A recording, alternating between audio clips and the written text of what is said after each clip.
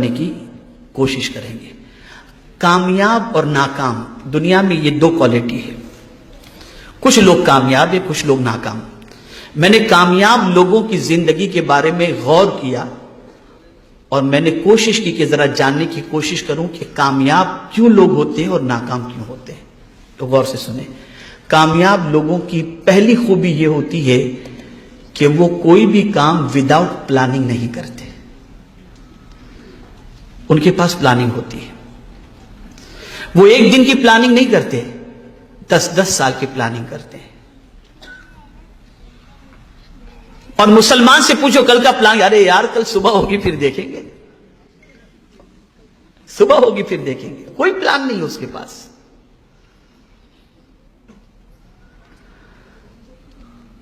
آپ نے کبھی کسی ڈاکٹر کو دیکھا ہوگا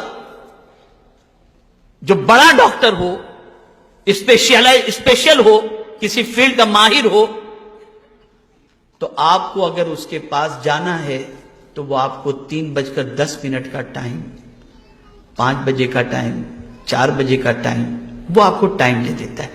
اس کے پاس پلاننگ ہوتی ہے. 1 ہفتے کے بعد آپ کو اپوائنٹمنٹ ملے گا، 2 ہفتے کے بعد آپ کو اپوائنٹمنٹ ملے گا. لیکن آج مسلمانوں کی پوزیشن دیکھیں تو کوئی پلان ہی نہیں ہے اس کے پاس. نتھنگ، کچھ بھی نہیں. نہ صبح کا پلان، نہ شام کا پلان، نہ کل کا پلان، نہ پرسوں کا پلان. کوئی پلان نہیں. اور پھر کہتے ہیں کہ اب دنیا میں ناکام ہیں. کامیاب انسان وہ ہوتا ہے جس کے پاس پلاننگ ہوتی ہے. تو اگر آپ دنیا میں کامیاب ہونا چاہتے ہیں تو آپ اپنے بیڈ روم کے اندر آپ باقاعدہ ایک چارٹ بنا کر کے آویزاں کر دیں کہ مجھے اتنے بجے اٹھنا ہے، اتنے بجے ادھر جانا ہے، اتنے بجے ادھر جانا ہے، اتنے بجے ادھر جانا ہے. میں خود میری آفس کے اندر، میری آفس کے ساتھی سے میں نے کہا کہ میری آفس کے اندر آپ اس دیوار کے اوپر ایک بورڈ لگا دو کہ وقت کی قدر کریں. اس لیے کہ ابھی گزشتہ کچھ دنوں سے میں ممبئی میں ہوں تو میں دیکھ رہا ہوں کہ آتے ہیں لوگ، کچھ بھی کام نہیں ہوتا، بس آئے آپ سے ملنے کے لیے، اور کیا چل رہا ہے، کیسا چل رہا ہے. اب میں پڑھ رہا ہوں، کچھ کام کر رہا ہوں، نہ ان کو جانے کے لیے کہہ سکتا ہوں، نہ ان کو بیٹھنے کے لیے کہہ سکتا ہوں، اور میرا ٹائم یوں ہی ختم ہو جاتا ہے. جانے کے لیے کہہ دوں تو بد اخلاقی ہوگی، اور بیٹھنے کے لیے کہوں تو میرا وقت ضائع ہوگا. اس لیے میں نے ابھی یعنی 2 دن پہلے ہی میں نے کہا کہ آپ بورڈ لگا دیجئے کہ وقت کی قدر کریں. یہ تو ہم نہیں کہہ سکتے کہ وقت ضائع نہ کریں، اس لیے کوئی ملنے آئے تو کیسے کہیں گے کہ وقت ضائع کر رہے ہیں. آپ وقت کی قدر کریں. ہمارے پاس کوئی پلاننگ نہیں ہے. منصوبہ بناؤ. ایوری ڈے کا پلان آپ کے پاس ہونا چاہیے. اور کامیاب انسان وہی ہوتا ہے جس کے پاس پلاننگ ہوتی ہے. دوسری چیز، آپ بڑے بڑے خواب دیکھو. اس لیے کہ آپ بڑے خواب دیکھیں گے نا تو اس کو پورا کرنے کے لیے زیادہ محنت بھی کریں گے. لیکن آپ کے خواب ہی چھوٹے ہیں کہ کل آٹو رکشا خرید لیں گے ہم. فیکٹری کا خواب ہی نہیں ہے آپ کے پاس. بڑے خواب دیکھو. اور جب بڑے خواب دیکھیں گے تو اس کی تکمیل کے لیے محنت کریں گے آپ. ہر کامیاب انسان کے پیچھے آپ دیکھیں بڑا خواب.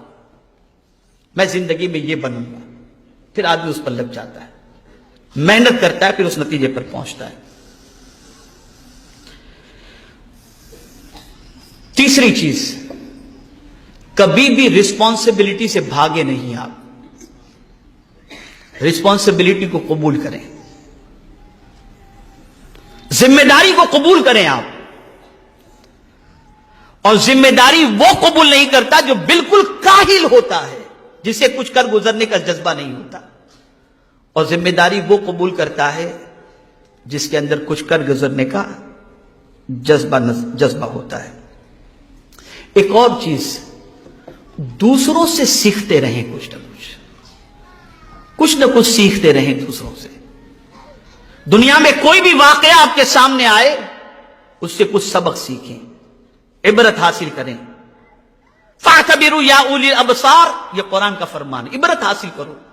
دنیا میں کوئی بھی چینجز آتی ہو، کوئی بھی واقعہ رونما ہوتا ہو، کہیں سیلاب آیا، کہیں طوفان آیا، کہیں زلزلہ آیا، کہیں کچھ ہوا، کہیں کچھ ہوا، آپ اس سے عبرت حاصل کرو، سبق سیکھو. اور انسانوں سے بھی سبق سیکھو. کوئی ترقی پر تھا، اس کو بالکل زوال پذیر ہو گیا، سبق سیکھو اس سے کون سی چیز تھی جو اس کو زوال کی طرف لے گئی؟